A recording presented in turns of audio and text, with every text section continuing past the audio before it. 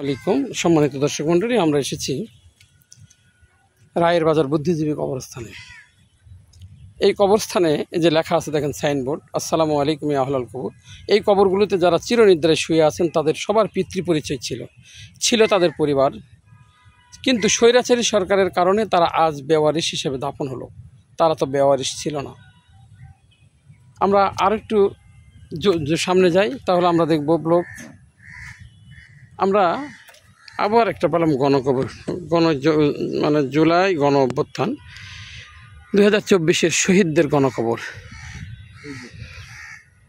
তো আমরা এই গণকবরের সামনে দাঁড়িয়ে এই যে লেখা আছে, স্বীকৃতি দিতে হবে আমজনতার দল বলেছে স্বীকৃতি দিতে হবে। এটা হচ্ছে গণকবর।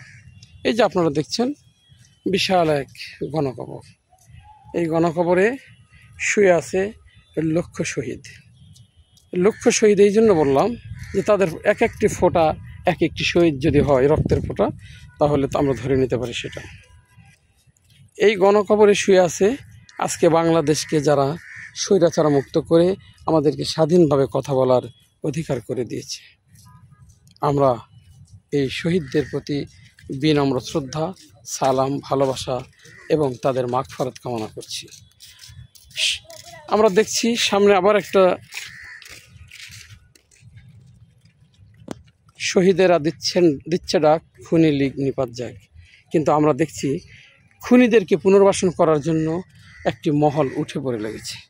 তারা যদি উঠে পড়ে না লাগতো তাহলে বাংলাদেশে এতদিন বিচার করা সম্ভব হতো, কিন্তু বিচার করা সম্ভব হচ্ছে না শুধু একটি কারণ এই যাদের বিচার করা হবে তাদের একটি ডিফেন্স টিম, তাদের একটি এজেন্সি বাংলাদেশের এই বিচার কার্যে সরাসরি বাধা দিচ্ছে। বিধায় ডক্টর মোহাম্মদ ইউনূস এদের সাথে কুলে উঠতে পারছে না বলেই বিচার করা সম্ভব হচ্ছে না।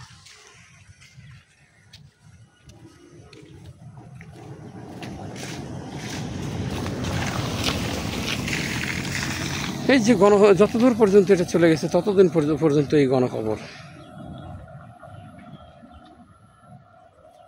রায়ের বাজার বুদ্ধিজীবীতে শুয়ে আছে হাজার হাজার মৃত মানুষ।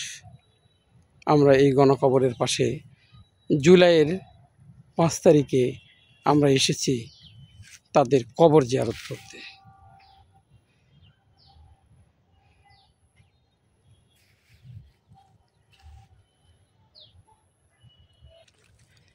আমরা চাই জাতি যেন এই দেশের সূর্য সন্তানদেরকে ভুলে না যায়।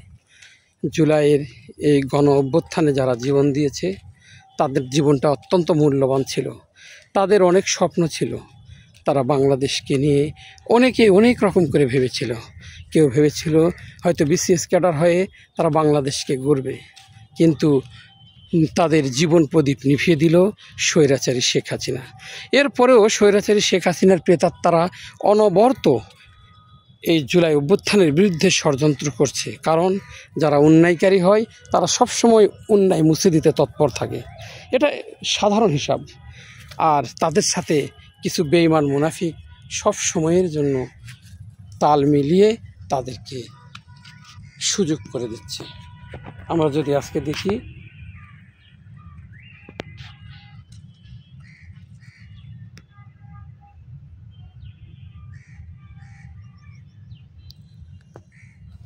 এই গণকবরে আজকে আমাদেরও লাশ থাকতে পারত, কিন্তু আজকে আমাদের লাশ নাই, আমাদের ভাইদের লাশ আছে। তাই আমাদের ভাইদের জন্য আমরা সকলে মাগফিরাত কামনা করি এবং সেই সাথে দেশকে রক্ষার জন্য আমরা তাদের প্রতি কৃতজ্ঞতা এবং সালাম জানাচ্ছি। মহান আল্লাহ তাআলা তাদের জিন্দেগির সমস্ত গুনাহখাতাগুলো মাফ করে দিয়ে জান্নাতের সর্বোচ্চ স্থান দান করুক, আমিন। আসসালামু আলাইকুম ওয়া রাহমাতুল্লাহি ওয়া বারাকাতুহু।